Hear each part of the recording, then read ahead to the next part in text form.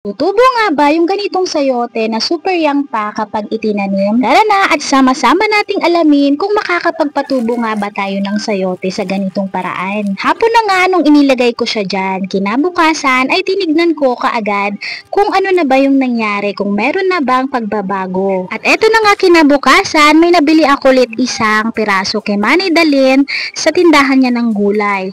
Nakita ko kasi na meron ng tubo yung isang maliit niyang sayote, kaya naman binili ko kaagad. Kaya naman dalawa na yung aking patutubuin na sayote dyan. Itong huli nga ay mas magulang na siya kumpara dito sa unang pinatubo natin. Titignan natin kung alin ang mas madaling lumaki. Ito naman po yung update sa binabad kong sayote kahapon. Pagkatapos ng isang magdamag ay eto na po yung update sa kanya. Lumabas na yung kanyang dila-dila. Kaya naman ay meron akong bagong natutunan na pwede palang magpatubo ng sayote kahit naman mura pa yung kanyang bunga. Yan sa naman po, sana ay na-inspire ko rin kayong magtanim sa bakuran. Mag-update pa rin ako kapag malalaki na siya at meron na siyang mga bunga. Yan sa naman po, salamaton. Bye-bye!